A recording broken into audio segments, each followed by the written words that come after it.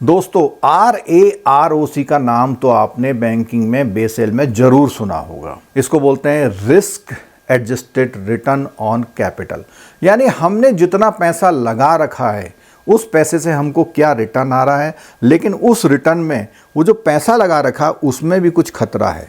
यानी अगर हमारा 10 करोड़ रुपए का मान लिया कैपिटल लगा है, उसमें से 2 करोड़ हमारा खतरे में है और हमें प्रॉफिट हो रहा है 6 करोड़ का, तो 6 करोड़ में से ये 2 करोड़ रुपए माइनस हो जाएंगे।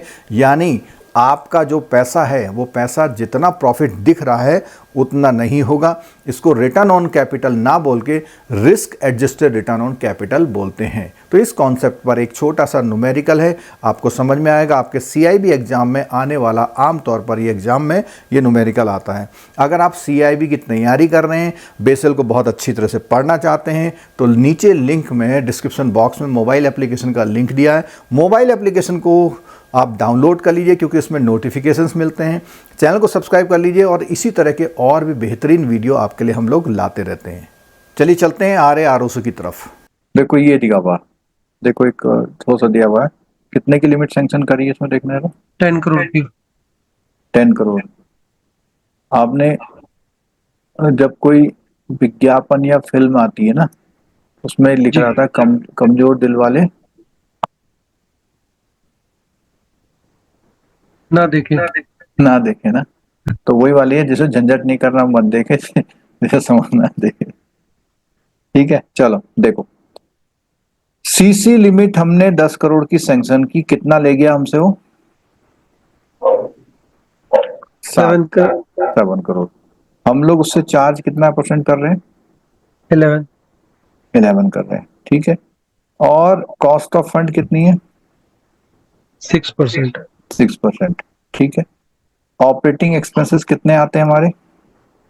1% का। और एक्सपेक्टेड लॉस भी है हमारा कुछ, क्रेडिट रिस्क कॉस्ट है, कितनी है? इतना। तो इकोनॉमिक कैपिटल कितनी आ रही है? 8% ऑफ द सैंक्शन लिमिट आ रही है। क्या आ रही है? Economic capital 8% of the 8% of sanction limit.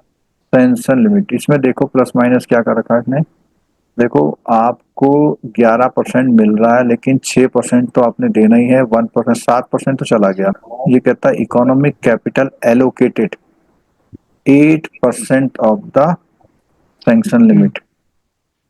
Sanction limit कितनी है हमारी? 10%। 10 करोड़ ये प्रोविजनिंग करनी पड़ती होगी। हाँ, मतलब जो हमें ओवरऑल कैपिटल रिक्वायरमेंट होती है ना किसी भी लोन देने के लिए, तो 0.8 करोड़ की तो हमें क्या करनी पड़ी है? वो अरेंज करना पड़ा है। अब इसमें देखो क्या कैलकुलेशन किया है उसने। देखो ये अच्छा एग्जांपल दिया हुआ है। इसमें इसमें जो आपकी जो हमने वो देखा था, ये फॉर्मूला देखा था आज, हाँ, ये वाला फॉर्मूला देखा था ना। तो जी। नेट इनकम कितनी हो रही है और इकोनॉमिक कैपिटल हमने देखा था कि इतनी तो हमें रखनी पड़ेगी अलग से, ठीक है। तो जो आपका बिल्कुल जो क्वेश्चन है ना, हाँ, ये बिल्कुल उसी का न्यूमेरिकल है। बिल्कुल यही क्वेश्चन है ना आपका। यही क्वेश्चन सर। कि CC लिमिट कितनी है? 10। 10 करोड़ की है। ले कितना गया? 7 करोड़। रेट ऑफ इंटरेस्ट क्या तय किया? 11%। कॉस्ट ऑफ फंड यानी कि जिस पैसे को आप उसको लोन दे रहे हैं 6% का है। आपके सैलरी बिजली पानी का खर्चा हो गया। आपका रिस्क के लिए क्रेडिट रिस्क की कॉस्ट है, यानी कि एक तरह से इंश्योरेंस टाइप समझ लो कुछ, ठीक है। और इसके लिए आपको 0.8 करोड़ की अरेंजमेंट करनी पड़ी। अब इसने कैलकुलेशन जो किया है, सबसे पहले इंटरेस्ट की इनकम कितनी हो गई, इसमें कोई डाउट है किसी को? नहीं, ये तो सही है। ठीक है। कॉस्ट ऑफ फंड में कोई डाउट नहीं है। नहीं। ऑपरेटिंग एक्सपेंसेस में कोई डाउट नहीं है। एक्सपेक्टेड लॉस में कोई डाउट नहीं है, जी। ठीक है। तो जब हम करेंगे तो इसमें से जो इनकम में से सारे क्या करेंगे हम? ये सब माइनस कर देंगे। माइनस कर लेंगे। तो हमें नेट इनकम कितनी आई? 0.24। ठीक है। और इकोनॉमिक कैपिटल रिक्वायरमेंट कितनी है? 8। 0.8। तो इस तरह कितना आ गया? 30%। ठीक है। ठीक है। तो इसमें क्या बताया उसने?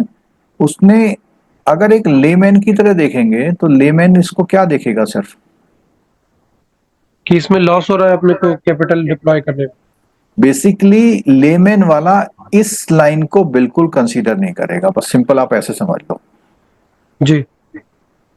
और जैसे ही हम इसको कंसीडर करेंगे, इससे डिवाइड करेंगे, तो वही नेट इनकम हमारी क्या बन जाएगी,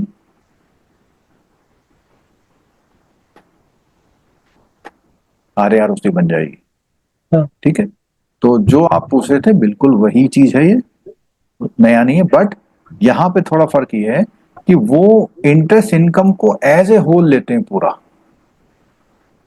एज ए होल ओवरऑल मतलब बैंक का लेते हैं।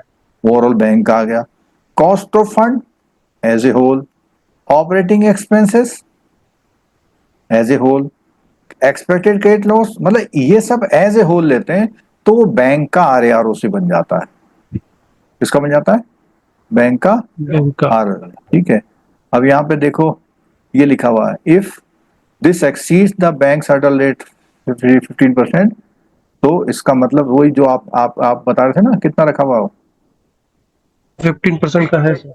हाँ, तो यही है कि बैंक ने अपना हर्डल रेट इतना ही रखा हुआ है, अगर इससे ज्यादा ही तो ही उसको क्या करता है बैंक, वाइबल करता है।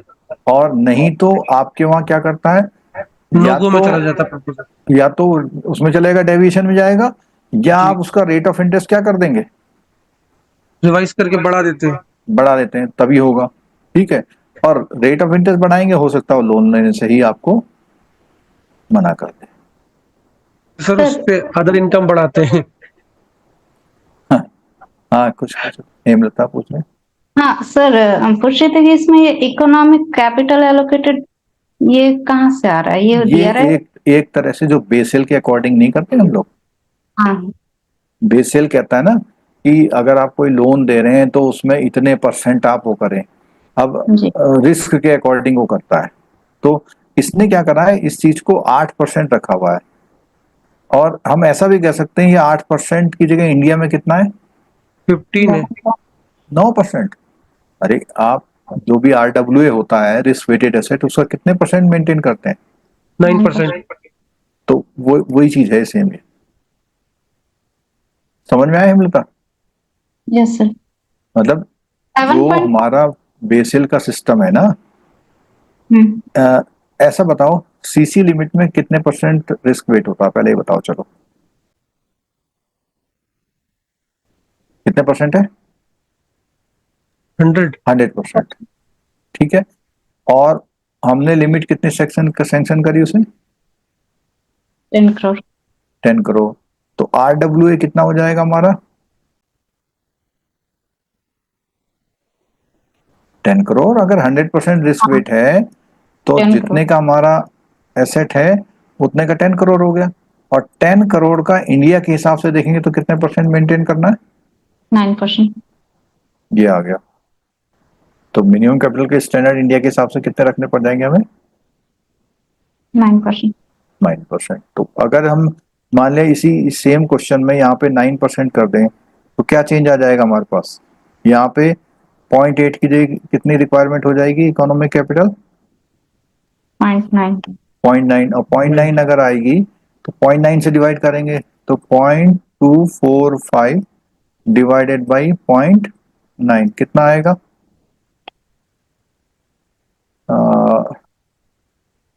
18 27.22। इतना आएगा, तो अभी भी ठीक है। इकोनॉमिक कैपिटल का ये इन्होंने निकाल रखा है क्या, credit value at risk minus expected loss. और ये सब चीज हमने किसमें पढ़ी थी, जब मार्केट रिस्क पढ़ रहे थे, तो उस समय हम इसको वो कर रहे थे। और क्रेडिट रिस्क निकालने का टेक्निक, कौन सी वाली टेक्निक है क्रेडिट रिस्क निकालने, ये कौन सी टेक्निक है, को बता सकते हैं, क्रेडिट रिस्क इकोनॉमिक कैपिटल निकालने की कौन सी टेक्निक है, बताओ भाई। ये सब नाम हमने कहीं सुने हुए हैं, बताओ कहाँ सुने हुए हैं। जब हम क्रेडिट रिस्क को कौन से मेथड से निकालते हैं, internal rating based IRB approach थी, एक तो थी स्टैंडर्डाइज अप्रोच, और एक एडवांस्ड। एक IRB की फाउंडेशन, और दूसरी एडवांस अप्रोच, तो उसमें ये शब्द नाम हमने सुने थे।